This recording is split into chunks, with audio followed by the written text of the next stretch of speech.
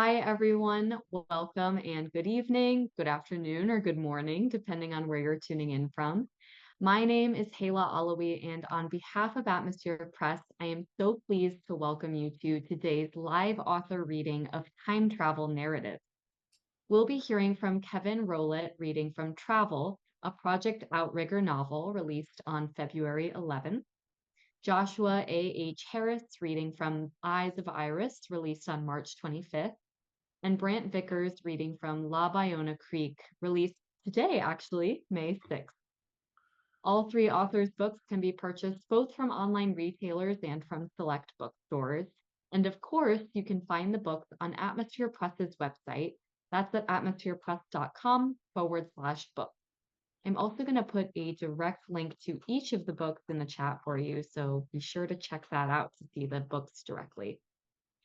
At the end of today's event, we're also going to have time for your questions. So during the readings, if you have a question for one or more of our authors, you can go ahead and type those in the chat and I will make sure they get asked. For the duration of the event, please do stay muted, but feel free to use the chat for praise and comments in addition to questions. One last note is that we at Atmosphere Press appreciate your support today and always. If you have a manuscript of your own, we're always looking to read new submissions, so you can submit your work today to books@atmospherepress.com. Again, thank you so much for tuning in and supporting Kevin, Josh, and Brant today. We're going to start off with our first reader, who is Kevin Rowlett. Kevin is an American author, teacher, and musician. He holds a bachelor's of music from Northern Illinois University, but has always loved the written word. Prior to publishing his first book, Kevin wrote standalone short stories centered around science fiction for a small audience. His first major novel, Travel, is the result of many years of hard work, imagination, and research into the Northern Illinois area. He lives in Wonder Lake, Illinois, with his wife, two dogs, and two cats. Kevin would like to thank his wife, Nikki, for pushing him to follow his dream. And today we'll be hearing him read from this first novel, Travel, which is the first part of the Project Outrigger series. In this book, you embark on a quest to uncover what has happened, leading you to a mysterious basement lab and the source of your troubles, a strange machine hidden deep below your future home. Unbeknownst to you, a rogue monitoring station, Project Outrigger, along with a shadowy organization, has detected the machine and is determined to seize it for their own purposes. Now let's welcome Kevin. All right, thank you very much. So I'm going to actually be reading from the very beginning. These are the first words that I ever wrote for this novel. For a very long time, it stayed as a note on my cell phone just because I thought, hey, this might be a kind of a cool idea. Let's see where it goes. And this is kind of the introduction of the waking up in the kind of situation that the book follows the course of. So here we go. Enjoy. I woke up without opening my eyes.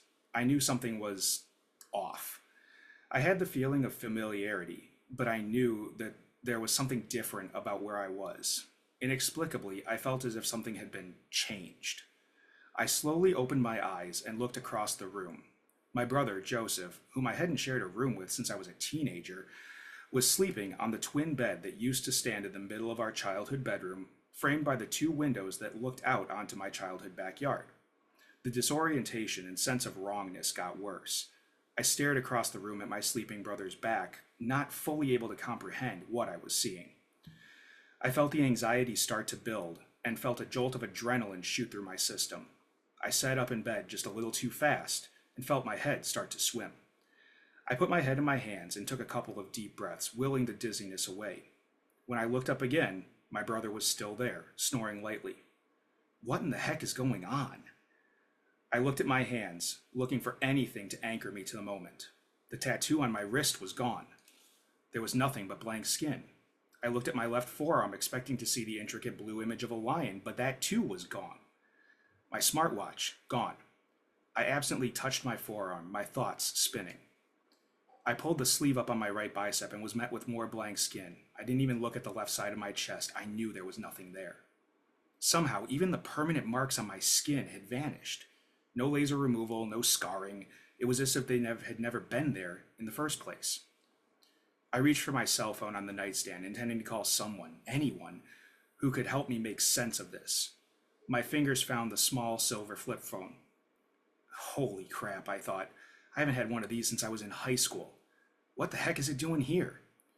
I pushed one of the side buttons, hoping I remembered how to work the antique. The screen lit, and there was a small message icon on the blue, cloud patterned background. I flipped the phone open and saw the sender, Sarah C. What? I blinked. No way. This is impossible, I thought. I opened the text and read the contents of the message. She was telling me something like she missed me and was looking forward to seeing me before symphonic band tomorrow. She'd also sent the old school kissing face, the one that uses the colon and the asterisk. What is going on? I thought, still staring at the device in my hand. I reread the message, this time comprehending what it was saying. A lifelong band kid, I'd been in symphonic band in high school, both freshman and senior year. I spotted my wallet laying on the nightstand and pulled it towards me. Flipping open the soft black leather, I found my driver's license. Well, that rules out freshman year, I thought. Plus, I didn't date Sarah until I was a senior. In a weird way, the license makes sense. The picture on the license was familiar, although it was one I hadn't seen on a license in almost 15 years. My face was lean and rounded, without the sharper angles of adulthood, and my hair was a medium length, parted just to the left of middle.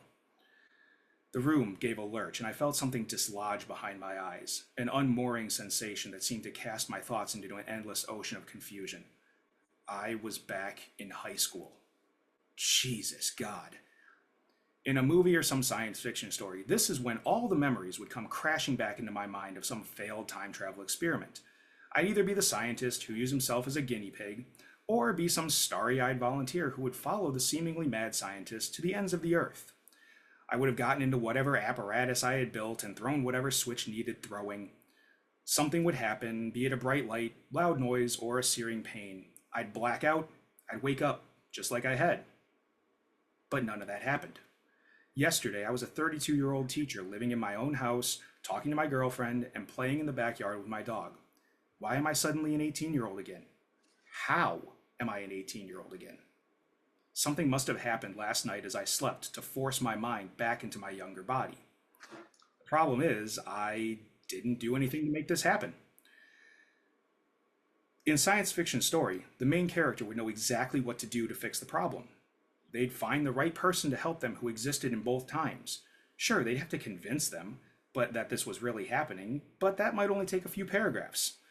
An impassioned plea and the revelation of information from the future. This, on the other hand, was real. At least I thought it was real. And there was no one here to call to help me fix the experiment. It wasn't like Doc Brown from Back to the Future was living in McHenry, Illinois. I looked at the clock on my cell phone. 5:32, Friday, March 10th. That meant I was supposed to go to school. I actually let out a small laugh at that thought. A laugh with a touch of hysteria. How am I supposed to go to school when I don't remember anything about what I'm supposed to be doing? I thought. I had no reason as a grown man to remember my schedule from senior year of high school. Forget that, I thought. I don't know how it happened, but I've got to figure out some way to get things back to normal. How to get back to my actual body and not have to live high school all over again. How I was going to do that, though, was anyone's guess. I figured I'd better start by retracing my steps back to my house. I knew my house was still there in '06, but it would be nothing like when I lived there in 2020. Well, at least it's somewhere to start, I thought. I got up, threw on some clothes, grabbed my phone, wallet, and keys off the nightstand. But then I stopped. I probably shouldn't be trampling around the house, making a ton of noise at 5:30 in the morning. The last thing I needed was to explain to my family what was going on. They'd think I was messed up out of my mind, I thought. Remember that time you took a nap and forgot what day it was? Mom asked you if you were high. Just imagine what she'd think if you came with some "I'm really supposed to be from the future" story. You have to be committed. I shook my head. I couldn't worry about that right now. Crazy or not, I had to figure out what was happening and find some way to fix it. I found my boots downstairs and shoved my feet in. Then I found my jacket and threw it on. I walked to the garage door, opened it, and looked inside. Sure enough, my 1995 Pontiac Grand Am was sitting in the far spot, backed in like I always did back then. Or now. This time travel stuff is heck on linear thinking. I shook my head and hit the button for the garage door, wincing at the squeaking noises it made. After a moment of staring at the snow covered ground, I got in my car, turned the engine over, and carefully pulled out of the garage around my dad's gigantic green conversion van. I drove down Turnberry Drive and out to Green Street, making a right. I drove a few miles until I came to Illinois Route 120 and then made a left. I took 120 into Wonder Lake and turned down the road my future house sat on. The house at the end of the street was in total disrepair. I stared at it in disbelief. I knew that the original owner didn't take care of it, but Jesus. The yard was completely overgrown. The grass was about waist high and had been flowering before the snow came. Now it poked through the blanket of white, intermixed with the remnants of weeds and wildflower stalks. The house itself was beyond dirty. The siding was likely once white, but had since turned a disgusting, dirty brown. Several of the panes in the bay windows were cracked, and one was missing entirely and covered in cardboard, duct tape, and newspaper. I wasn't even sure anyone lived in the place. Pushing my disgust aside, I parked on the road in front of the seemingly derelict building. I got out and looked around. Even in 2006, the neighborhood was quiet. I walked up the overgrown and snow-covered gravel driveway and made my way around the side of the house. The grass here was shorter, but the side of the house was drifted with snow. I made my way to the backyard, still not sure exactly what my plan was. Like the rest of the yard, the backyard was overgrown. Weeds had grown waist high, like the front yard, and there were snarls of pricker bushes poking through the snow. The tree that my neighbor had told me about was still standing, its long limbs coming dangerously close to the power lines that were strung across the easement between the properties. I had a flash of memory. My kitty corner neighbor Reggie telling me that someday soon the tree would be cut down because it was going to catch fire from the power lines. That day, apparently, hadn't happened yet. This is all too weird, I thought, as I stood in the yard staring at the tree. I took a slow, deep breath, trying to center my thoughts. I turned around towards the house, focusing my attention on something tangible, results, and an objective I could focus on. The back of the house was just as shabby as the front. Dirt and stains marred the siding. Gutters were full to overflowing with leaves and debris. The deck that would be there in 14 years was absent, and in its place was a simple concrete slab, forming a step up to the sliding glass door caked with dirt and muck. It was jarring to see all the changes from what I was used to, and my knees started to feel weak. I sank to the slab, intending to take a moment to gather myself. Something had to have happened yesterday to cause this to happen. The only kicker was I had no idea what could have been. Yesterday had been as normal a day as possible in late June of 2020. Trigger warning, I'm about to talk about the pandemic, so if anybody's still struggling with that one, sorry about what's about to happen here. There was still a pandemic raging, so I didn't have much reason to leave my house. I had spent the majority of the day alone, working on plans for the crap show that was going to be the school year. The only real company I'd had all day was my dog, who I took out to play ball in the afternoon. While he had run after the ball like his life depended on it, I'd smoked a cigar and enjoyed the afternoon sun. Nothing stood out in my memory as out of the ordinary. I remembered scrolling through Google News on my phone and finding an article from PBS about some comet that was supposed to be passing Earth in July. Maybe the thing had been early.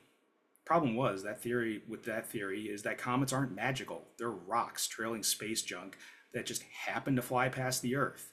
If this were the 14th century, sure, I'd probably believe that some god somewhere was displeased and sent me back to right a wrong, or that I was some kind of messenger or hero, which was not true.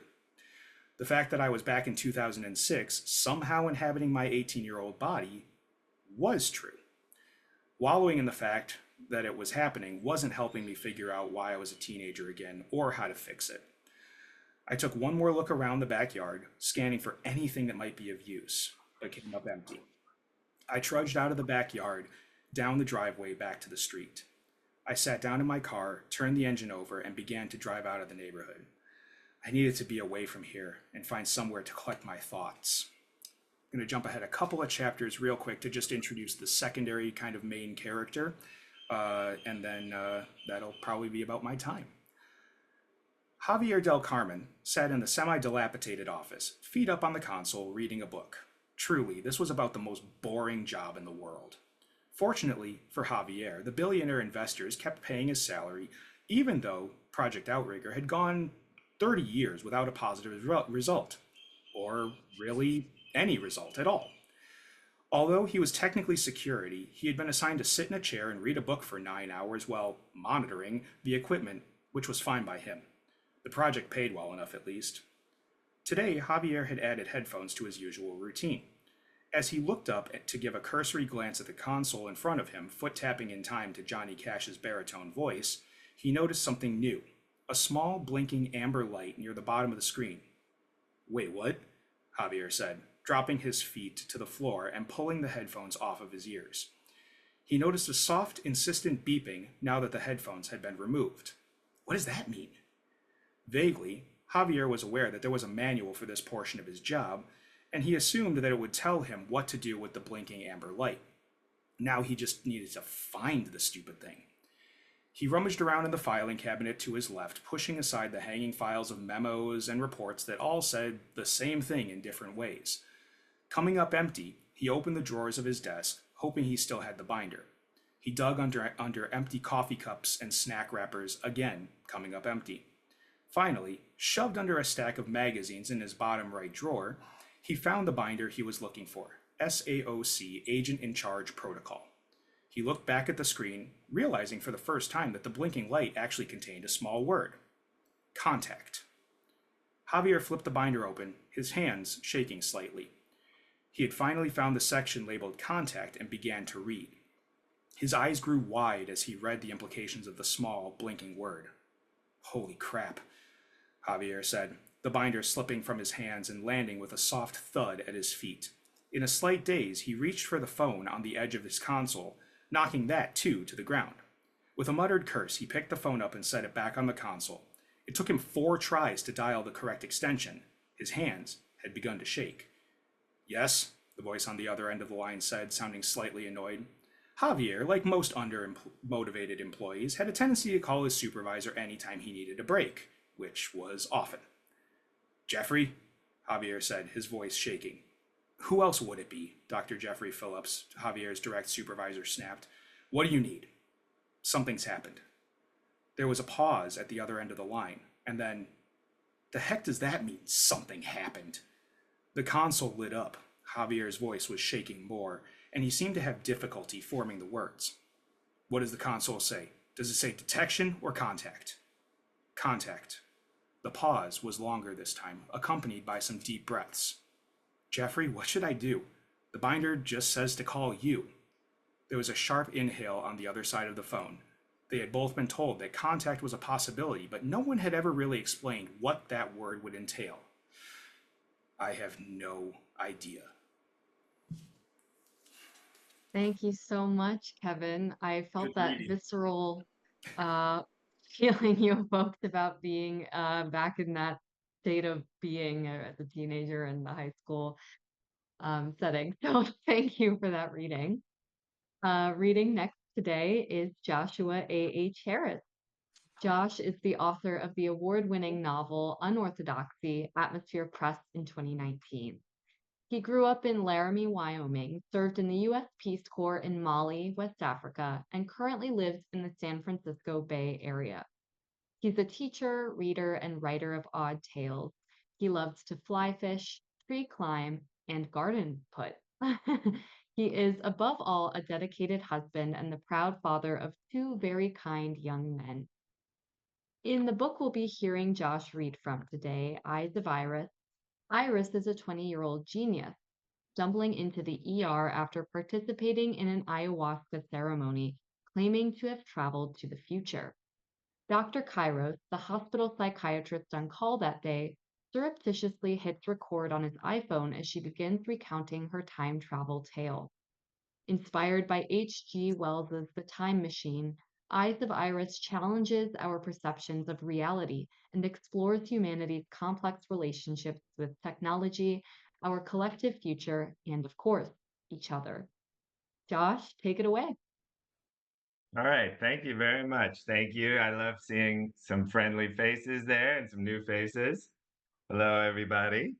Um, a little bit of intro. Yeah, the Iris is the progeny, 20, 21, 22. And she's narrating here the part that I'm gonna read. Um, and like Hala said, she's participated in this ayahuasca ceremony. Her spiritual guide there, her name is Clara, comes up in the segment I read. Um, and she's had a bunch of hyper realistic visions, uh, so real that she knows that they're actually from the past. Um, she's eager to get back home and resume her life, um, but that's not exactly what happens. So she calls these people that she's seen her Stardust relatives. She shares uh, enough of that first mote of Stardust to be able to visit these other characters in the past. So she's been skipping around, and then we get to uh, file A4. As my eyes adjusted to my dark surroundings, I noted a series of thick wooden boards about a foot above my face. For a second, I thought I was in a coffin. Death made sense given the black door. Perhaps Clara had murdered me or cast a spell. Maybe she was burying me alive. Out of the corner of my eye, I noticed a strange wall to my right. I felt a thick blanket on top of me and realized I wasn't in a coffin, but rather in a bunk bed. The bottom bunk, I presumed, shoved up against a stone wall. To my left, I perceived open darkness. The air was cool and dank, like I was in a cave. As I lay there, frozen in that new stardust relative's body and staring up at those oppressive wooden boards, I felt uneasy, worried. Wherever I was, it wasn't home, and it didn't feel right.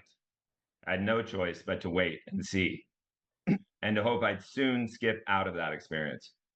But something told me I wasn't going anywhere anytime soon.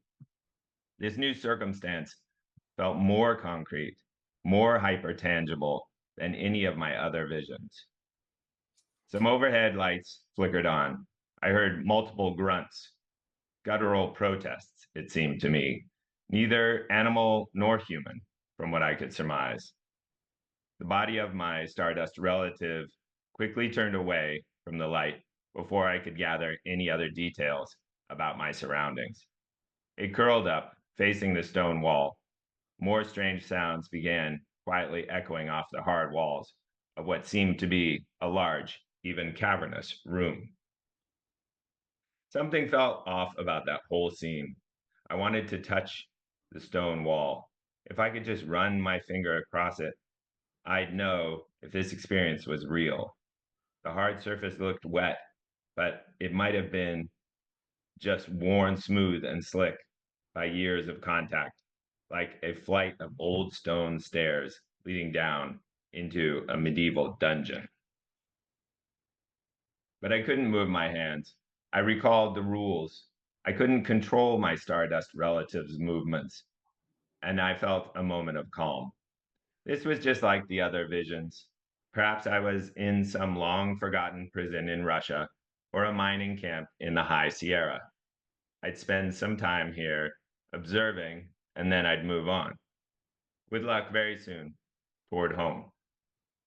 But then, as when you overcome the brief paralysis of waking from a deep sleep, a hand buried under the blanket, a hand that was previously outside of my realm of consciousness, became reality.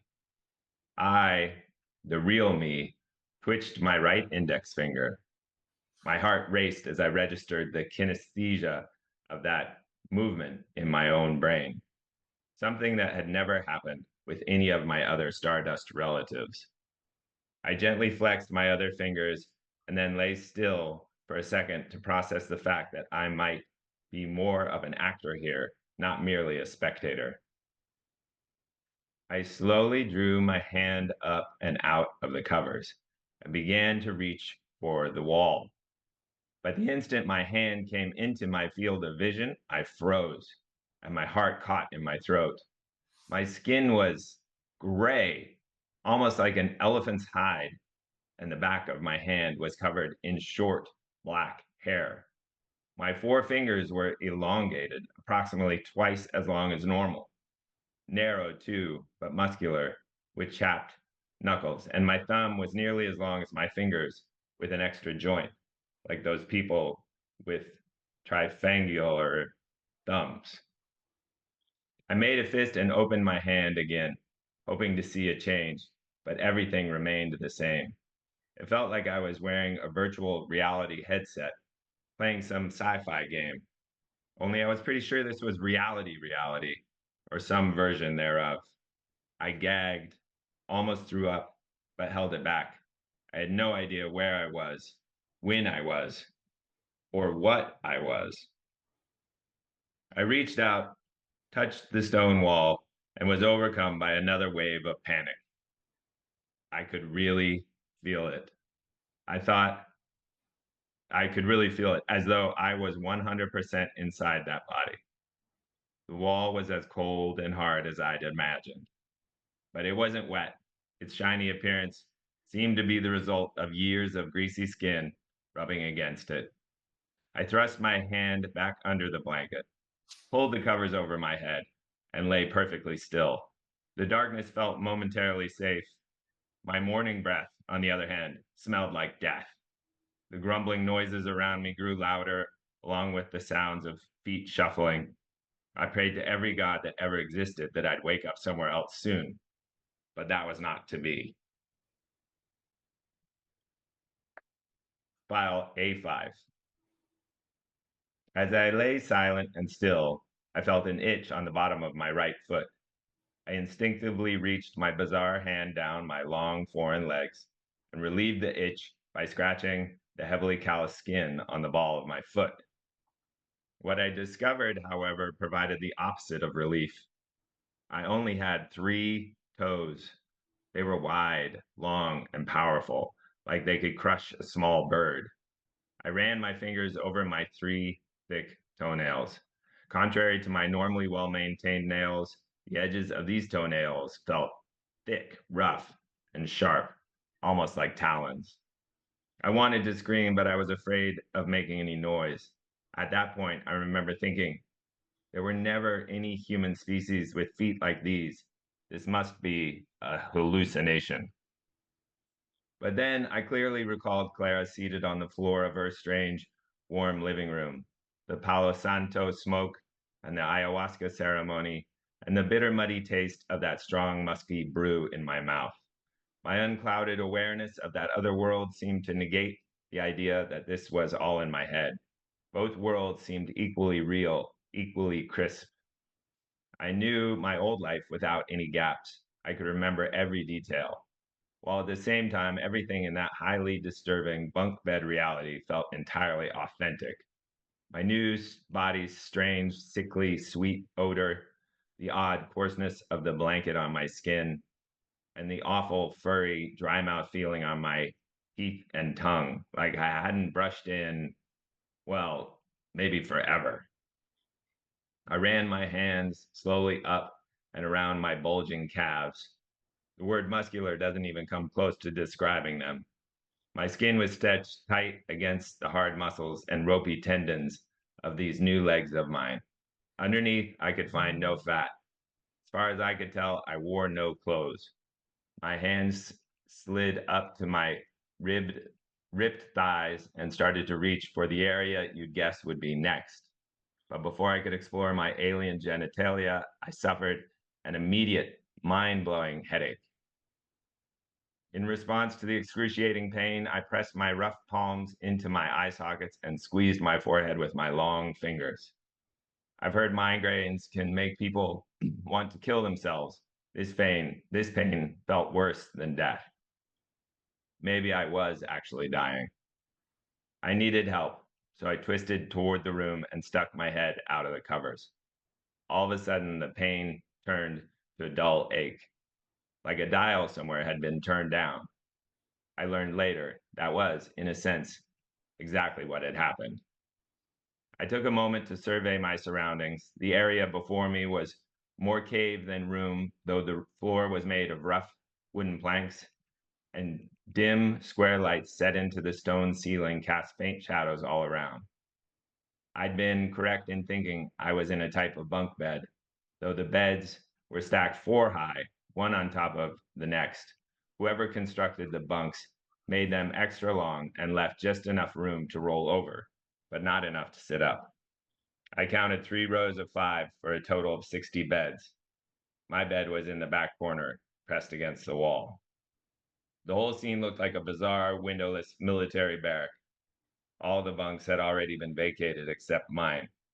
I looked around and noticed a group of tall figures slowly walking away from me, gathering at a distant open doorway. Just then, my headache came back, and I felt an urge. I eventually began calling them conformity urges. To get out of bed, I threw the blanket off, stood up, and the headache instantly and completely disappeared. How could my head start hurting so intensely so quickly? How could the pain stop so abruptly? It seemed physically impossible. Bile, with its sharp taste of alarm, rose from my stomach, coated my throat. My heart pounded in my ears. I again felt like I might be dying. Was I having a panic attack? I steadied myself against the bunk, closed my eyes, and tried not to pass out. I took a deep breath. Then, in that strange way, your mind reaches for old, reliable comforts in times of great need. I thought of Arthur Dent in The Hitchhiker's Guide to the Galaxy, my favorite book of all time. The Ardmore Academy required all new students to read it upon admission. I was 7 then. I read it repeatedly, backward and forward, a couple of times upside down. During my first semester, I even slept with my dog-eared copy under my pillow for comfort. Back then, Arthur Dent's adventures into the unknown galaxy seemed a lot like my own lonely, strange journey.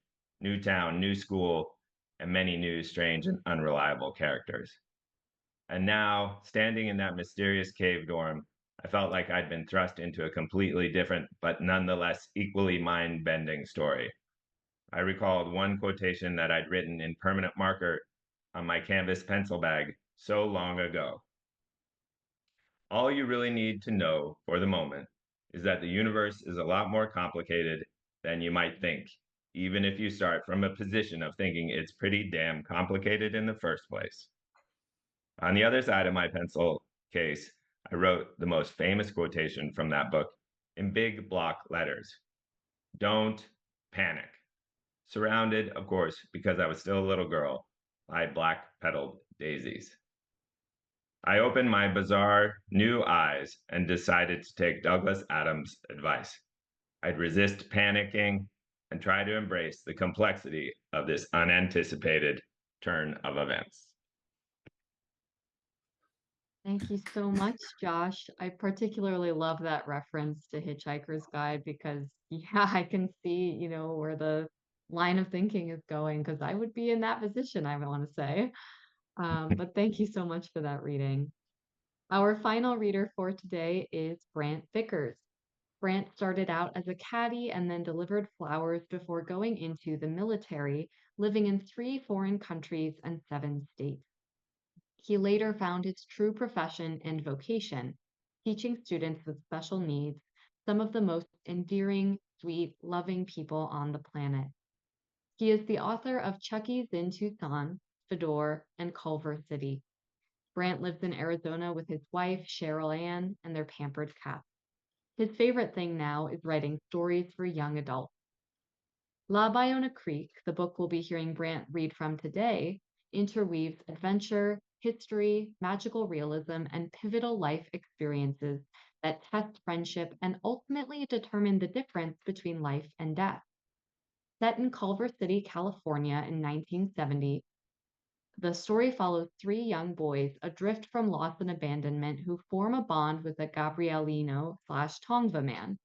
He becomes a father figure, guiding them through their struggles while sharing the cultural lessons and history of their homeland. We're going to hear more of the story now from Brant. Okay, thanks.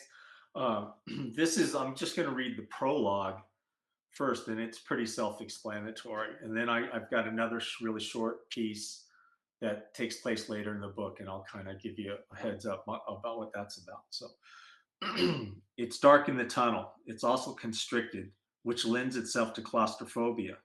Even if we're thinking it won't bother us, most kids freak out in the first 20 feet and never get any farther than that first section. The light from the street quickly dims in the small opening, and in front of us, it looms black. It feels like we're crawling off into the depths of the earth. The first time we did it without flashlights. The tunnel off Culver and Sepulveda Boulevards in Culver City, California, is really a straight storm runoff drain, only about 3 feet in diameter. We always try to wait until no cars are driving by before going in. People don't seem to care what we're doing, but still it must look strange as you see several young kids drop down into a storm drainage opening and disappear. It's foul, dusty, and has a moldy stench. We're forced to surrender all fear and allow a kind of insane trust to envelop us. Just when we think we can't crawl any farther, just when it seems the darkness is unbearable, just when we want to scream and cry out that we can't stand another minute of struggling in this dirty black eternity, it ends. A rush of cool air engulfs us, and we can sense the huge opening in the space we've reached as the small tunnel ends. We crawl out of the small opening into a bigger tunnel running lengthwise north and south along Sepulveda Boulevard and drop down 4 feet to the floor so we can stand up in it. Even though we have headroom, the darkness encircles us and closes in on us and makes it seem a much smaller area than it actually is. We're standing right on top of each other, touching shoulders. The closeness is comforting. There's a little runoff down the middle, nasty, dirty water about 3 inches deep and a foot wide. The floor is inclined on both sides to the middle, but we can walk on the sides without getting wet. The walls are curved and a dirty gray and streaked with a leakage of slime, ooze, or whatever we don't really want to know. It's the intense silence that gives us the heebie-jeebies, especially the first time. We cease talking as our voices echo and bounce off the cement walls, resonating piercingly around us unnervingly. Occasionally, we make out a car horn or brake squealing, but most of the time in the tunnel, we can't hear anything, just the constant dripping and slow running of water. We stop and just stand in the dark. We wait for something to happen. Nothing does. We start walking a short distance, and the tunnel curves slightly and then bends back again, and we come to another opening in the wall about the same height as the one we came in, another runoff drain. One drain, two drains. We passed almost 6 that first day without flashlights. We stay close to each other, touching. We wait moment to moment for something to scare us. Every real or imagined noise is a monster, psychopath, or supernatural rat the size of a Doberman ready to jump out and attack us. We watch for rats constantly. We think we hear them, but we don't see them, at least the first time. After what seems like a mile or so, we see a little pinpoint of light that quickens our walk, but makes us nervous at the same time. It's so small we can't tell if it's real or our imagination, like a mirage in the desert. It appears. We really have no idea of time or distance. We're walking in the dark. The light increases ever so slightly. Suddenly there is sunlight. We're running at the light the last few hundred feet. The tunnel ends. It takes a few seconds for our eyes to adjust to the bright sunny day.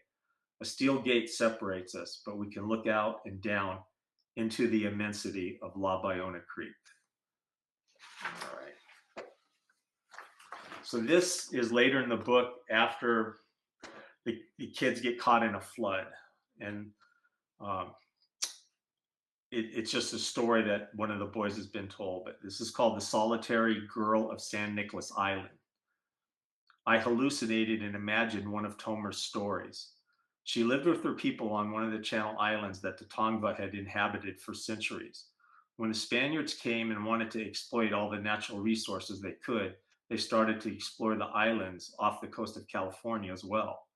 One of the traders who worked with the Spaniards wanted to take an Indian wife and went with them in a large, ill-equipped boat out to San Nicolas Island, where he had heard there were many women and families.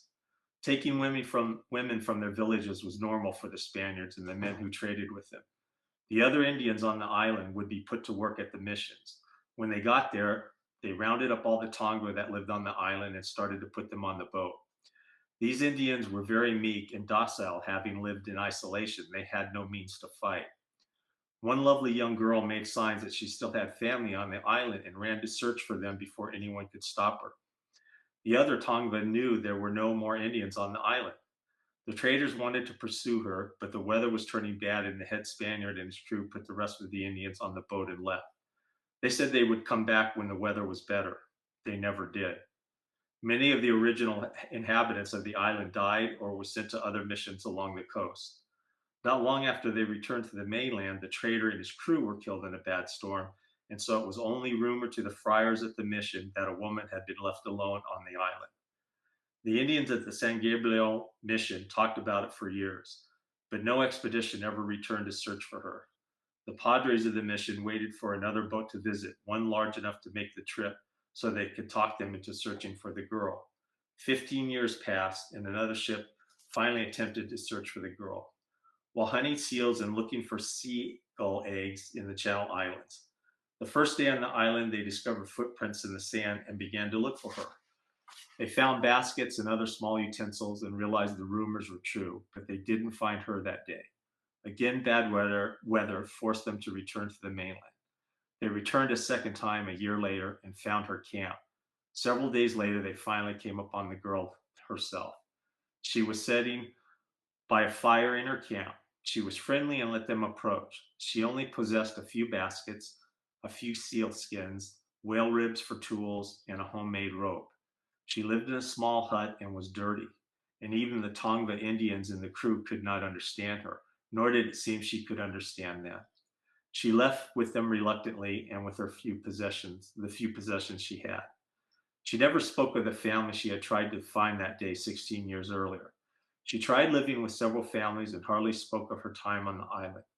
At first, she seemed content to enjoy the small things that her new community tried to give her, but after a short period of time, she seemed lonely and despondent. And even with all the village people around her, the world had changed, but the solitary girl of San Nicolas Island could not adapt and simply died several months later, they thought, from missing her island. Her name was Juana Maria. She smiled at me in the deep, foul water. Thank you so much, Brant, especially for painting that picture and giving us that interesting setting to dive into. I think that's always a fantastic way to paint the image in the reader's mind. So at this time, we do have time for our audience Q&A. So if anyone has a question, please go ahead and type those in the chat, and I will make sure those get asked.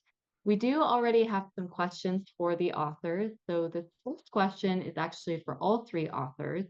This question is, how did your personal experiences or background influence what you decided to explore in your book? I'm thinking we could go in reading order. So Kevin, do you want to start us off with this one? Yeah. So a lot of my influences are from other authors, but there's a lot of things going on in the, area that I live that I really wanted to kind of use in my setting. Like, I really like when authors use real life locations to kind of draw the reader in, especially if they're familiar with the area. So that was one thing that I really tried to do, was to use familiar locations for people who may be, familiar with the kind of Northern Illinois area. Throughout the course of the novel, there are different landmarks, there are different locations that really kind of are used in that setting. As for just like life experiences, I mean, as much as I possibly can, I try to put myself into each of the roles that I'm writing, even going so far sometimes as to talking the dialogue out loud to make it sure it sounds natural, and almost even as bizarre as it sounds, acting out certain parts of the action to just kind of try to make sure that what I'm describing is something that could actually happen. I think we've all been there before where we read something and we're like, wait a minute, how does that line up with this? And, that was one thing that I really tried to be cognizant of as I was writing my through the course of my work. Yeah, I love that you mentioned that because it feels so silly to do it, but you can really tell when a writer has not gone through the choreography of their scenes. So I absolutely am in the same boat on that for sure. Josh, what about you? How did your personal experiences or your background influence what you decided to explore in this book? Uh, the dedication is to my sons and to my nieces and nephews, so the younger generation. I was just thinking about uh, that. It's sort of a letter to them in a way, uh, in thinking about the future, because my character travels to the future. Um, how important it is to think about the ways we use technology, the ways in which we develop different aspects of our society, um, to benefit everyone, and not just sort of an elite echelon. So uh, there's a lot of ways in which I was sort of kept coming back to my relationship to my boys, um, and to their bigger generation, and thinking, um, it's important to really be focused on the future right now, as we develop AI, as we start to genetically modify species, as we do all these uh, could be helpful and amazing things, but also could be highly destructive and challenging things. And of course, climate change is always right there. Um, so that I would that that's just one of the ways in which, yeah, like from a very deep relationship, and I try to be optimistic for my sons and their generation's future. I That's where some of my energy came for this book. Yeah, I think a lot of us are feeling that kind of anxiety. So that's definitely a relatable theme to tap into or experience at least. So I think that adds a level of dimension to the story for sure. And Brant, what about you? How did your personal experiences or your background influence the themes you decided to explore?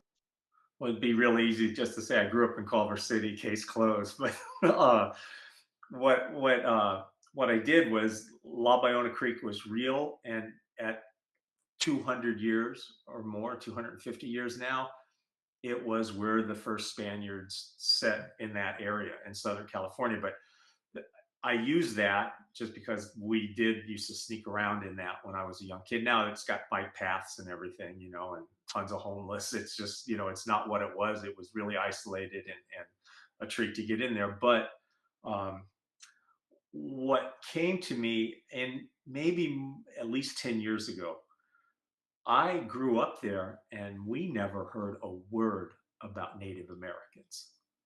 I had no idea. I mean, we all knew about Apache, Chiricahua, and the Mohawk, just, but there was nothing. There were hundreds of tribes in California, virtually all eradicated.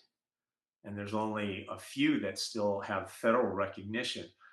And when I found out that the Tongva tribes or Gabrieno, however and within the community, there's not a debate about which one to use for them.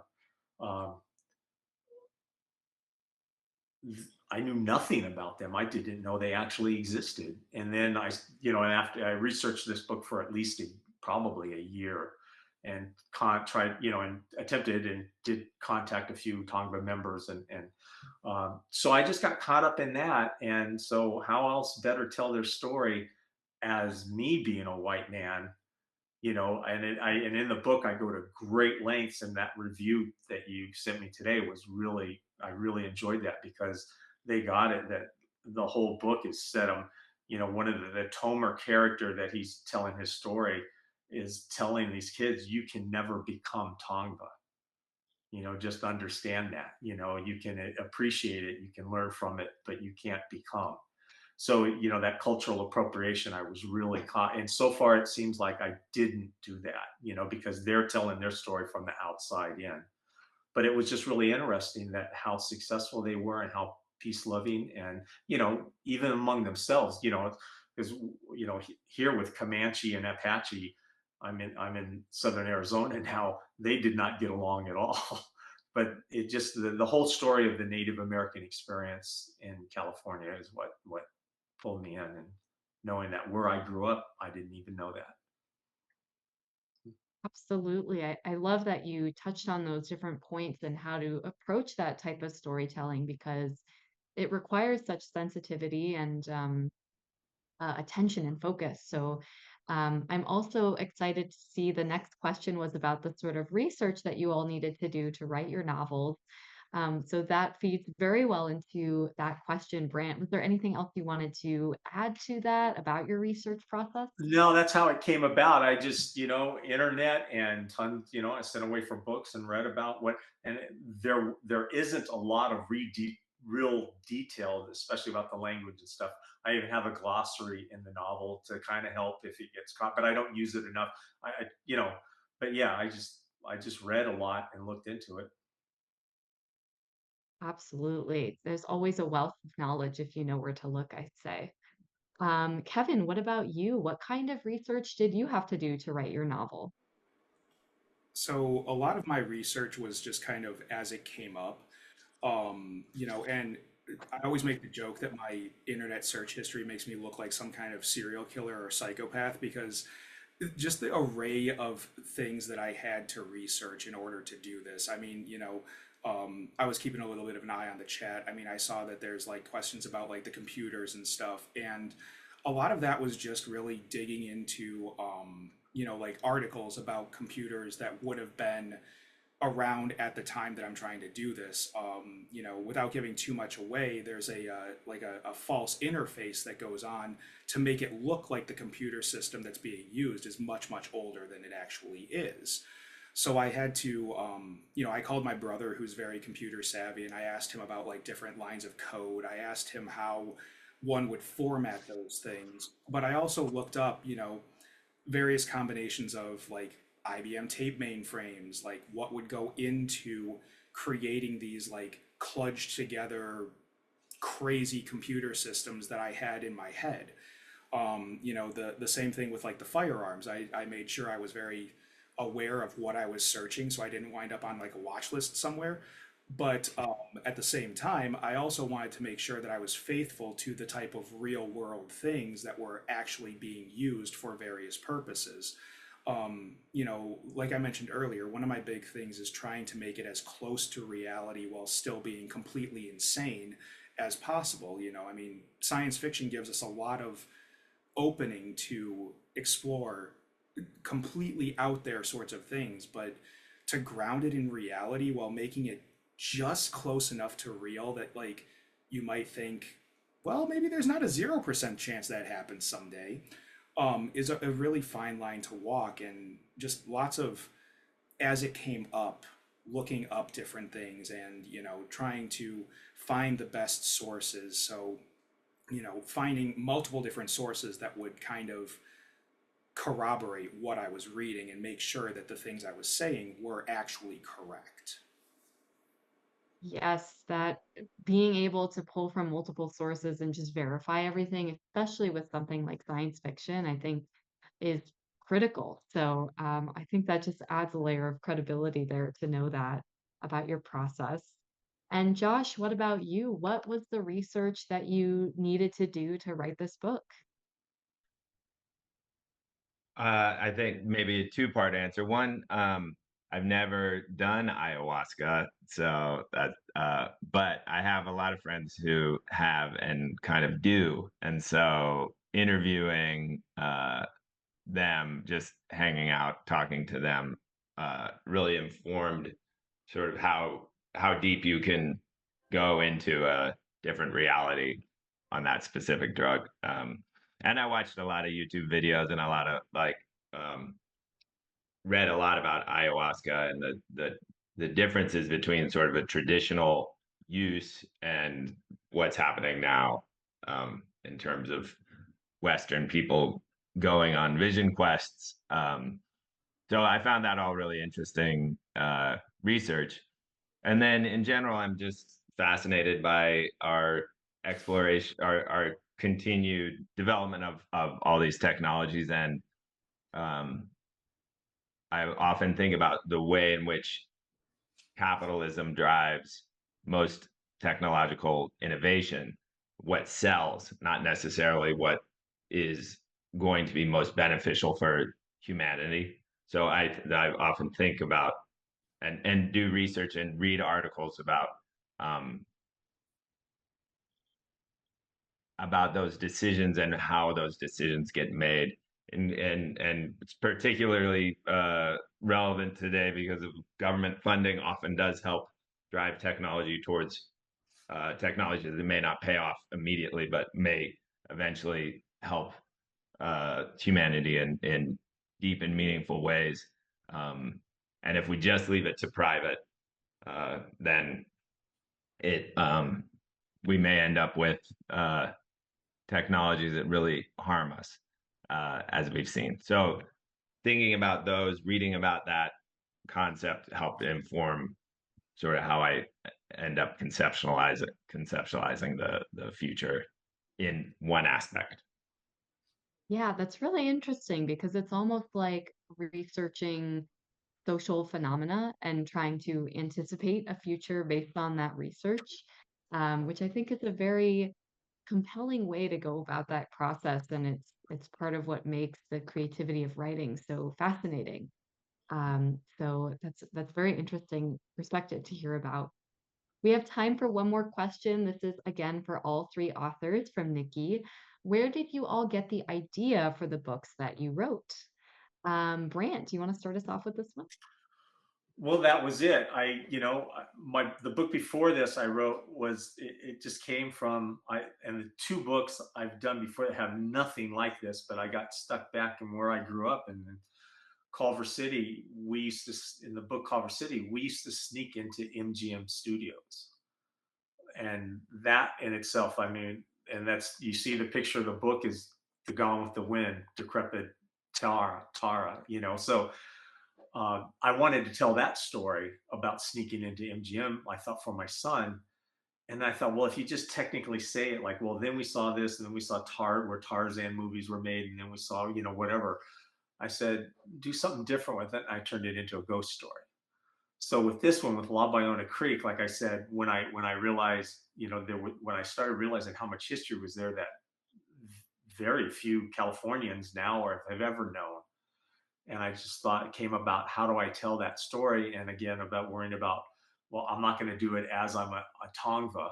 I can't do that. So I came upon using some childhood memories and stuff and put it into and created lives for these three boys that they get transported back to the 1770s. So that was it. Yeah, it's kind of this combination of these past experiences again, like we said, and just Yeah. the creativity of writing and how that feeds into it. So that's great to hear about. Josh, what about you? What was the initial seed of the idea for this book? I read H.G. Wells' The Time Machine, which was written in the 1890s. And one of its themes is income inequality.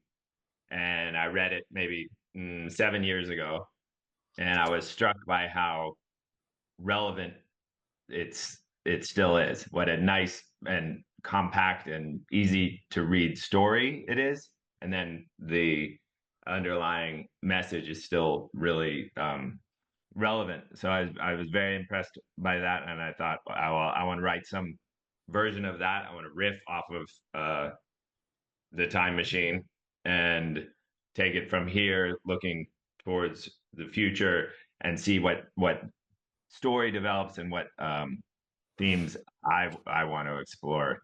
And maybe somebody in 100 years will somehow experience my story and say, "Hey, wow, some of that is still going on today." So that was, yeah, it was an ode to H.G. Wells in certain ways.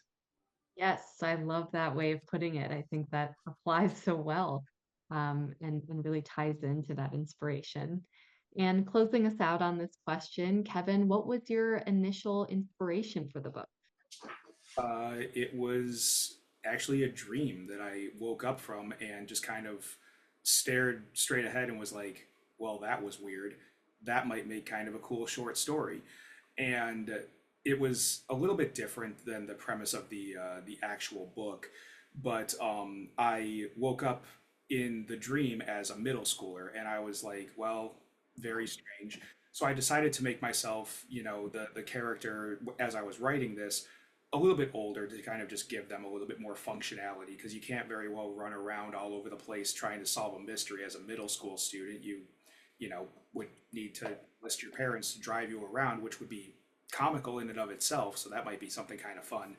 But for the purposes, I just made the character a little older, and it started off as a short story. The pacing was very different, and it just kind of got out of control. It just kept going and going and building until it became the monstrosity that I started to submit to people, and suddenly realized why people weren't biting on it because the beginning of it was still short story pacing, and it was way too fast, way too little detail.